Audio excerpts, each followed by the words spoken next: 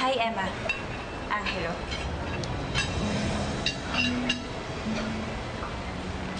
Ano namang gulo ang gusto mong mangyari dito? Pwede ba nananahimik ka na ni Angelo? Naku, Emma, hindi naman ako manggugulo. Sa totoo niyang gusto kong mag-sorry sa'yo sa lahat na nangyari last time. Totoo ba yan? Totoo yan, Angelo. Gusto nga magpasalamat ni Georgia kay Emma for saving her life. Totoo yun, Emma.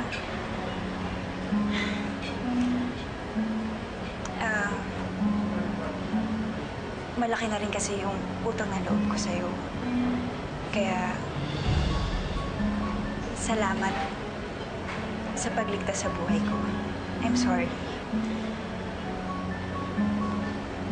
Gusto ko sana makabawi. Pwede ba kaming maki-join sa table mo? Georgia, ka na. Oh, ano ka ba? Nakikiupo ka pa. Sige na. Gusto ko lang naman patunayan kay Emma na sincere ako nagsusorry at nagki-thank you sa kanya. Emma, sana pumayag ka, no? Naisip ko rin kasi na tayong dalawa yung tumata yung ina kay Austin. Mas maganda siguro kung maayos yung samahan natin para mas maalagaan natin siya, di ba? Georgia. Babe.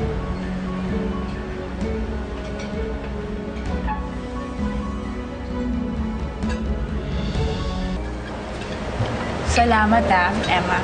At pumayag kang magsama-sama tayo ngayon dito. Actually, magdadalawang isip na sana ako, Georgia. Pero naisip ko rin si Austin. Baka nga dapat magkasundo na rin tayo finally dahil pinaghahatian natin ang pagiging ina sa anak ko.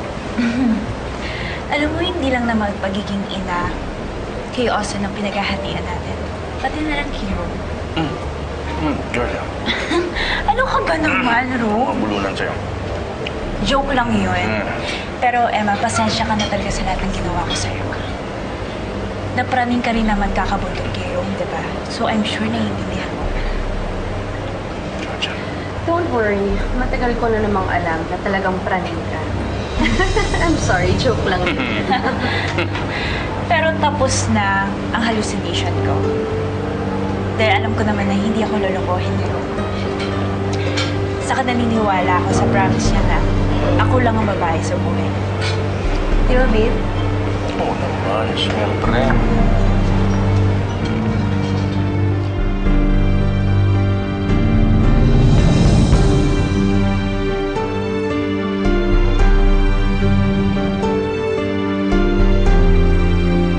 What, I'm happy for you. At least, maganda to, nakapag-isip-isip na tayo lahat. Ready na tayo mag-move on. So, ibig sabihin, naka-move on ka na rin. Oh yeah, matagal na actually. Matagal na akong okay. Wala pa kayong dalawa. Ang gusto ko lang naman talaga is si Austin. Yun lang ang habol ko noon pa man. Tsaka nagpapasalamat din ako na nandito na sa buhay ko si Angelo. Nung mga panahon kasi na namumroblema ako, siya lang ang parating nasa tabi ko. And he always reminds me how lucky I am. Actually, ang laki talaga ng tinulong sa akin ni Angelo. Parang naging ibang tao na ako.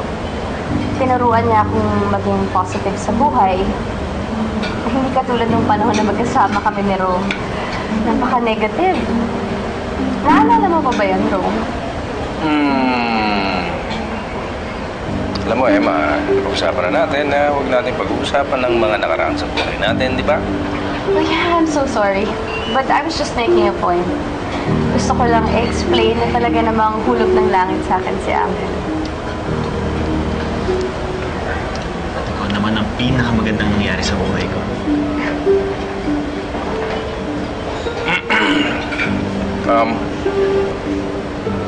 I love you, Emma.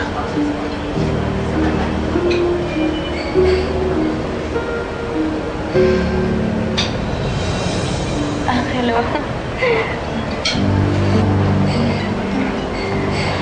I think we've seen enough. I mean, had enough. We have to go. What? Sandali lang. Pwede na to. saglit na lang yan. Okay, let's go. Babe, ano ba?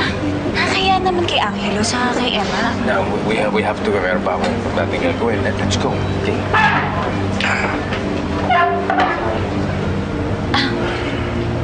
I'm so sorry. Mauuna na kami. Kasi kanina pa niya ako kinakalapit eh. Mukhang hindi na siya makapaghintay na alam niyo na. Okay, good night.